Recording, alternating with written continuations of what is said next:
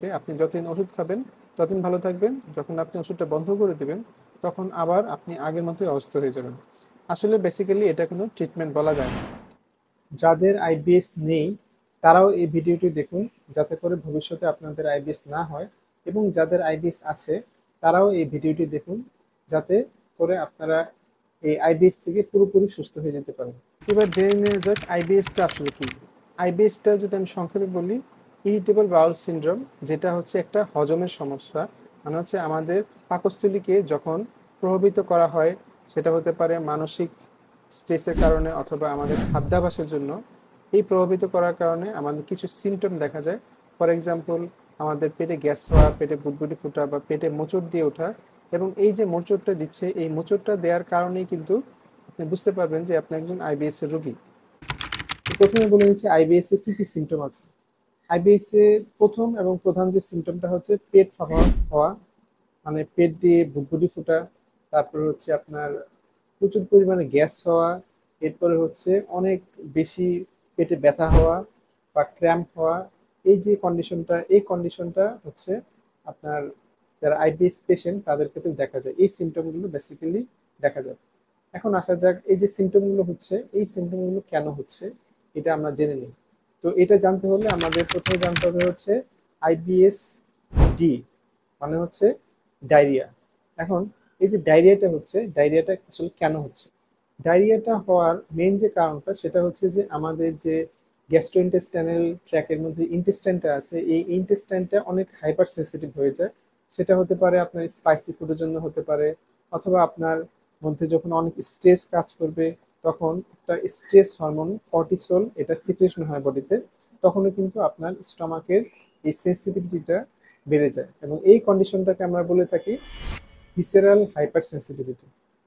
তো এই ক্ষেত্রে যেটা হয় যে আমাদের যে স্টমাকের বা আমাদের গ্যাস্ট্রোইন্টেস্টাইনাল যে মাসলটা আছে এটা অনেক দ্রুত সংকুচিত হতে থাকে, যার কারণে দেখা যায় যে আমাদের যে ফুডগুলো এটার মধ্যে দিয়ে মুভ করছে তখন কিন্তু এটার মধ্যে ওয়াটারের যে অ্যাবজর্বটা হওয়া, এই ওয়াটারের অ্যাবজর্বটা অনেক পরিমাণে কমে যাচ্ছে, এবং এই ওয়াটারগুলো আমাদের স্টুলের মধ্যে চলে আসছে, যার কারণে দেখা যাচ্ছে আমাদের স্টুলের সাথে অনেক বেশি পরিমাণে পানি চলে যাচ্ছে এবং আমাদের ডায়রিয়া হয়ে যাচ্ছে। এটা হচ্ছে আমাদের প্রথম টাইপ। এবং সেকেন্ড যে টাইপটা সেটা হচ্ছে আইবিএস সি, মানে হচ্ছে কনস্টিপেশন। এবং অনেক পেশেন্টদের ক্ষেত্রে দেখা যায় যে আমাদের যে মাসলটা কন্ট্রাকশন হচ্ছে, বা আমাদের যে স্টমাকের যে মাসলটা কন্ট্রাকশনের জন্য আমাদের ব্রেইন এবং আমাদের যে গাট, এটার মধ্যে যে একটা এক্সিস থাকে, এটা বলা হয় গাট ব্রেন এক্সিস। এই এক্সিসটা এটা ইমব্যালেন্স হয়ে যায়, যার কারণে দেখা যায় যে আমাদের যে স্টমাকের মধ্যে দিয়ে যে ফুড অথবা ফুডের যে মুভমেন্টটা হচ্ছে এটা আস্তে আস্তে অনেক স্লো হয়ে যায়। স্লো হয়ে যাওয়ার কারণে দেখা যায় যে আমাদের যে এই ওয়াটারটা যেটা আছে, ওয়াটারটা ইন্টেস্টে অনেক বেশি পরিমাণে অ্যাবজর্ব হয়ে যায়, এবং আমাদের স্টুলের মধ্যে এই ওয়াটারের পরিমাণটা অনেক কম থাকে, যার কারণে এই স্টুলটা অনেক শক্ত এবং হার্ড হয়ে যায়। এবং এই কন্ডিশনটাকে আমরা বলে থাকি কনস্টিপেশন। এবং এটা হচ্ছে আরো একটি টাইপ, এটাকে বলা হয়ে থাকে আইবিএস সি। এবং 3 নাম্বার যে টাইপটা সেটা হচ্ছে আমাদের আইবিএসএম, মানে হচ্ছে যে একজন পেশেন্টের এই দুটা একসাথে হতে পারে। মানে এটার মানে হচ্ছে যে আমাদের পেশেন্টের কনস্টিপেশনের পাশাপাশি আবার ডায়রিয়া হতে পারে, এটাকে বলা হয়ে থাকে আইবিএসএম। ডাক্তারের কাছে গিয়ে যদি ওষুধ খান এবং ওষুধ খাওয়ার পর যদি আপনি পুরোপুরি সুস্থ না হয়, মানে হচ্ছে যে যতদিন আপনি ওষুধটা খাচ্ছেন ততদিন আপনি ভালো থাকবেন, এবং ওষুধটা খাওয়া যখন আপনি বন্ধ করে দিবেন তখন দেখা যাচ্ছে যে আপনি আবার আগের মতো অসুস্থ হয়ে যাচ্ছেন। তো আইবিএস এর ক্ষেত্রে এক্স্যাক্টলি এটাই ঘটে, আপনি যতদিন ওষুধ খাবেন ততদিন ভালো থাকবেন, যখন আপনি ওষুধটা বন্ধ করে দিবেন তখন আবার আপনি আগের মতোই অসুস্থ হয়ে যাবেন। আসলে বেসিক্যালি এটা কোনো ট্রিটমেন্ট বলা যায় না। তার কারণ হচ্ছে যে আপনি ওষুধ খাওয়ার পর যদি আপনি পুরোপুরি সুস্থ না হয়ে যান তখন সেটাকে আপনি কিভাবে আপনি ট্রিটমেন্ট বলবেন। তো এই আইবিএস যে ট্রিটমেন্টটা, এই আইবিএস এর ট্রিটমেন্টের জন্য আপনাকে দুটা জিনিস অবশ্যই মানতে হবে। এক নাম্বার হচ্ছে আপনাকে অবশ্যই খাবার ঠিক রাখতে হবে, মানে হচ্ছে আপনার খাবারের তালিকায় এমন কিছু খাবার খেতে হবে যেটা আপনার এই আইবিএসকে দূরে রাখবে।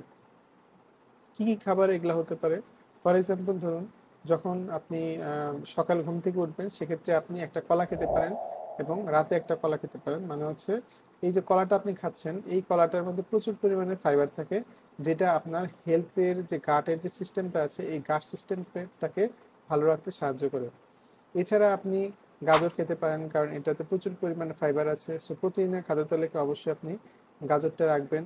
এছাড়া আপনি আপেল খেতে পারেন, আপেলও কিন্তু প্রচুর পরিমাণে ফাইবার আছে এবং এটা কিন্তু 12 মাসই পাওয়া যায়। এছাড়া আপনি ইসবগুলের ভুসি রাতে খাবেন, বিশেষ করে রাতে ঘুমানোর আগে বা খাবার পর। সেটা আপনি 2 চামচ খেয়ে নিতে পারেন পানির সাথে মিক্সড করে। এছাড়া আপনি যেটা করতে পারেন যে আপনার যে গাটের যে হেলথটা আছে এটাকে আপনি ঠিক রাখার জন্য আপনি প্রোবায়োটিক কিছু ফুড আছে, এই প্রোবায়োটিক ফুডগুলো খান। ফর এক্সাম্পল, দই। দইয়ের মধ্যে আপনি কোনটা খাবেন এবং কেন খাবেন? দইয়ের মধ্যে অবশ্যই আপনি টক দইটা খাবেন। তার কারণ হচ্ছে টক দইয়ের মধ্যে যে মাইক্রো অর্গানিজমগুলো থাকে, যেটা হচ্ছে আপনার গুড ব্যাকটেরিয়া বা মাইক্রো অর্গানিজমগুলো, এটা কিন্তু জীবিত অবস্থায় থাকে এবং এই ব্যাকটেরিয়াগুলো আপনার যে ডাইজেশন যে সিস্টেমটা আছে এই ডাইজেশন সিস্টেমটাকে ইমপ্রুভ করে এবং আপনাকে সুস্থ রাখে। মানে হচ্ছে ডাইজেস্টিভ ট্র্যাক্টটার মধ্যে দিয়ে যে ফুডের যে ডাইজেশনটা হচ্ছে এটাকে ভালো রাখতে সাহায্য করে এই গুড ব্যাকটেরিয়াগুলো। এবং যেটা আছে বেসিক্যালি টক দই, এটা কিন্তু মিষ্টি দইয়ের মধ্যে কখনোই পাবেন না। তার কারণ হচ্ছে যে মিষ্টি দইয়ের মধ্যে এই গুড ব্যাকটেরিয়াগুলো মৃত অবস্থায় থাকে। এরপর আপনি দুধটা এড়িয়ে চলতে পারেন, কারণ এই দুধের থেকে কিন্তু অনেক সময় ডায়রিয়া হওয়ার সম্ভাবনা থাকে। এছাড়া আপনি মশলা জাতীয় যে খাবারগুলো আছে, বিশেষ করে লাল মরিচ যেটা আছে, লাল মরিচের গুঁড়া, এটা আপনি খাবেন না। আপনি কাঁচা মরিচ খেতে পারেন এর পরিবর্তে। এবং অবশ্যই চেষ্টা করবেন যে খাবারের মধ্যে যে অতিরিক্ত যে মশলাটা থাকে এই মশলাটাকে অ্যাভয়েড করার জন্য। এছাড়া আপনি যেটা করতে পারেন, আপনি তৈলাক্ত যে খাবারগুলো আছে সেগুলোকে আপনি অবশ্যই অ্যাভয়েড করবেন, কারণ এই তৈলাক্ত খাবার এবং মশলা জাতীয় খাবারগুলো কিন্তু আমাদের স্টমাকে ইরিটেশন তৈরি করে এবং আমাদের সিমটমটাকে আরও বাড়িয়ে দেয়। প্রসেস যে ফুডগুলো আছে এই প্রসেস ফুডগুলোকে আপনি অ্যাভয়েড করুন, কারণ এই প্রসেস ফুডগুলো কিন্তু আপনার স্বাস্থ্যের জন্য অবশ্যই ক্ষতিকর। এটা কিন্তু আপনার আইবিএসকে আরও বাড়িয়ে তুলতে পারে। এরপর আমি বলবো হচ্ছে স্ট্রেস ম্যানেজমেন্ট করুন। মানে হচ্ছে আপনার যে মানসিক যে চাপটা আছে এটাকে আপনি অবশ্যই কমিয়ে রাখবেন। সেক্ষেত্রে আপনি কি করতে পারেন, আপনি দিনে 30 থেকে 45 মিনিট ব্যায়াম করুন। এছাড়া আপনি ইয়োগা করতে পারেন। এছাড়া আপনি দীর্ঘ শ্বাস নিতে পারেন, যেটা আপনার শরীরের জন্য অনেক ভালো।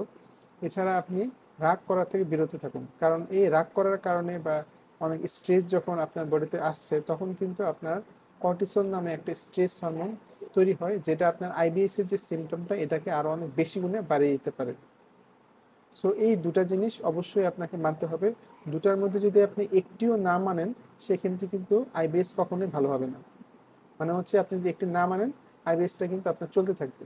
এরকম যদি হয় যে আপনি মেডিকেশন খাচ্ছেন, যেমন অ্যালোপ্যাথিক মেডিসিন, আপনি যতদিন খাবেন ততদিন কিন্তু আপনি সুস্থ থাকতে পারবেন। আপনি যখন বন্ধ করে দেবেন তখন কিন্তু আবার সেই সিমটমগুলো দেখা শুরু হবে।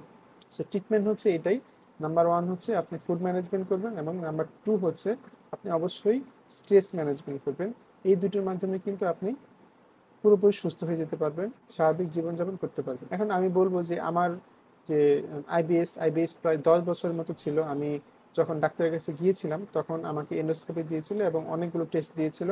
তো এগুলো টেস্ট করার পর আমি দেখলাম যে এন্ডোস্কোপি রেজাল্ট এবং যে ব্লাড টেস্টের রেজাল্ট এবং কিছু রেজাল্ট ছিল এটা পুরোপুরিভাবে ঠিক ছিল, মানে কোনো প্রবলেমই ছিল না। ডাক্তার সেক্ষেত্রে আমাকে কিছু গ্যাসের ওষুধ দিয়েছিলেন এবং কিছু ওষুধ দিয়েছিলেন, তো ওটা খাওয়ার পর আমি সুস্থ ছিলাম এবং পরবর্তীতে আমি আবার অসুস্থ হয়ে যাই।